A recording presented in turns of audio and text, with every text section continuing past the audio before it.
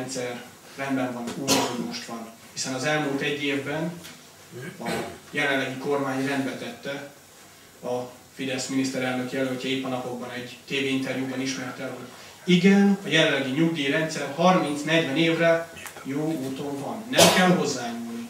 Ez így működhet.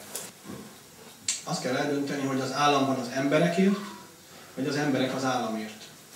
Én azt gondolom, hogy nem szabad kifelejteni a dolgokból az embert.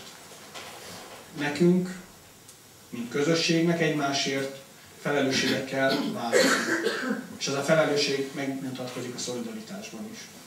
Azt szeretnénk, hogy a hó el legyen takarítva, amikor az leesik, vagy egyszerűen csak azt szeretnénk, hogy úgy, ahogy szólt a szerződés, hogy csatornázás után vissza kell állítani az utcáknak az eredeti aszfalt rétegét, csak ezt tegyék meg. Én a magam részéről már nagyon sok esetben ezzel is elégedett lennék. De egyelőre nem ezt látom. Egyelőre ehelyett működik a propaganda, és nekem is egy mondás jutott eszembe, miszerint régen azt mondták a rómaiak, hogy az embereknek két dolog kell. Kenyér meg cirkusz. A kenyeret adni nagyon nehéz. Cirkusz, azt bárki tud. Hát ők is.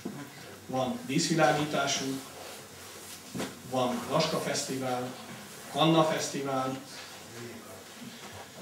különböző főzőversenyek, és sorolhatnám még mi minden. Nagyon látványosak, nagyon szépek, és valóban ezek is hozzátartoznak egy település életéhez, csak azért szerintem mérlegelni kell. Mi a fontosabb? Ma délután kaptam a hívást, jövő hét szerdán szerencsém lesz elmenni a épülő Mercedes gyárba, és egy megbeszélésen fogok majd részt venni. Megkeresték ugyanis a középiskolát itt Cegléden, hogy hangoljuk össze, hogy nekik milyen munkaerőre lenne szükségük, és mit képezzen az iskola, hiszen ahhoz, hogy csökkenteni tudjuk majd az iskolából kikerülő fiatalok közötti munkanélküliséget, ez kell, hogy tudjuk, hogy mire van szüksége az iparnak, márpedig a legnagyobb foglalkoztató itt a környéken a Mercedes gyár lesz.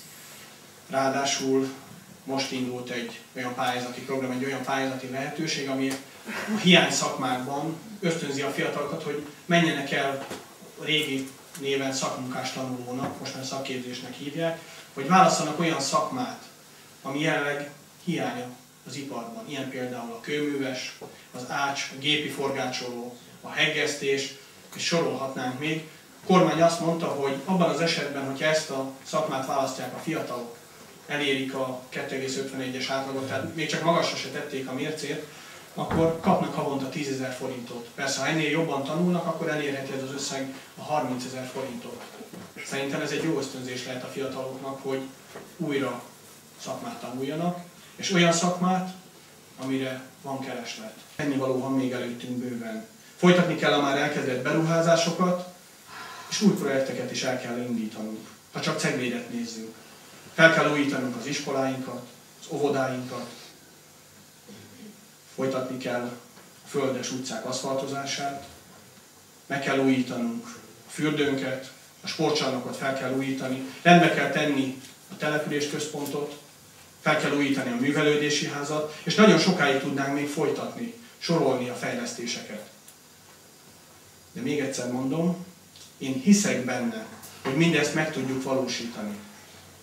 Csak ki kell tűznünk a közös célokat, és le kell fektetnünk azokat az elveket, amit képviselni kell majd a parlamentben. De én a magam részéről készen állok, akár itt és most elkezdhetjük. Ha úgy tetszik, én felsorakoztam a rajtvonalhoz. Most önökön a választókon a sor, hogy szavazataikkal, lelkesedésükkel, tenni akarásukkal támogassanak, hogy megfelelő képviselete legyen a helyi érdekeknek.